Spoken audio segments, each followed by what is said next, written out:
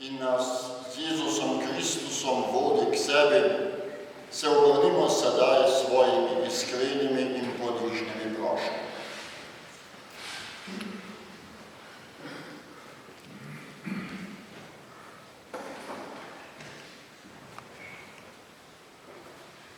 Za kristjane, da bi svojo hojo za Kristusom potrjevali z dobrimi deli in svetim življenjem.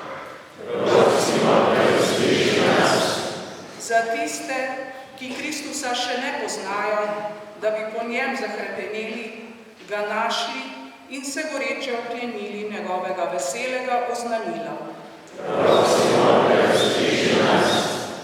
Za žene in dekleta, daj jim moči in poguma, da se bodo veselile materinstva in ga ne bodo žrtvovale za kariero. Za žalostne in obupane na naši poti, naj po nas prejmejo žarek tolažbe in upanja. Za vse tukaj zbrane pomagaj nam, da bomo stopili skozi ozka vrata in se nekoč z našimi dragimi rajnimi veselili večnega življenja.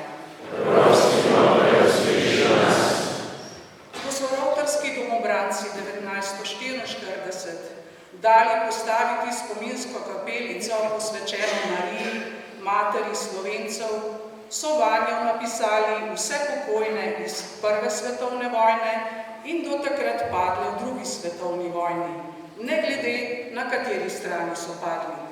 Po smrti so vse zaupali Marijinemu božjemu varstvu.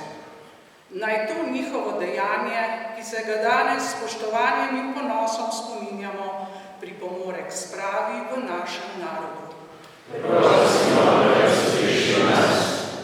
27. avgusta 1944 so se rovtarji zbrali na protikomunističnem shodu, ker so želeli ubraniti svoje najvišje vrednote, vero, dom in rod pred nebrzdanim komunističnim uničevanjem.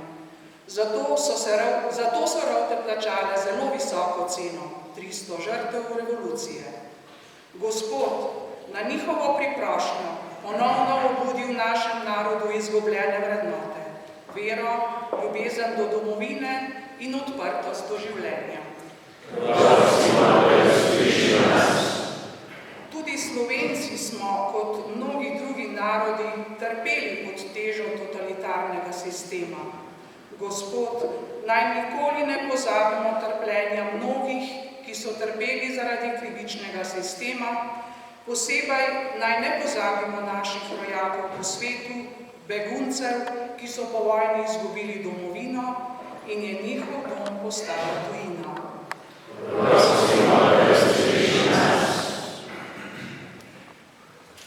Dobri Bog, zahvaljujemo se ti za dar odraženja in te prosimo, daj ga bomo vsi, mi in tisti, za katere molimo, deležni, saj živiš in nas ljubiš vekoma. Amen.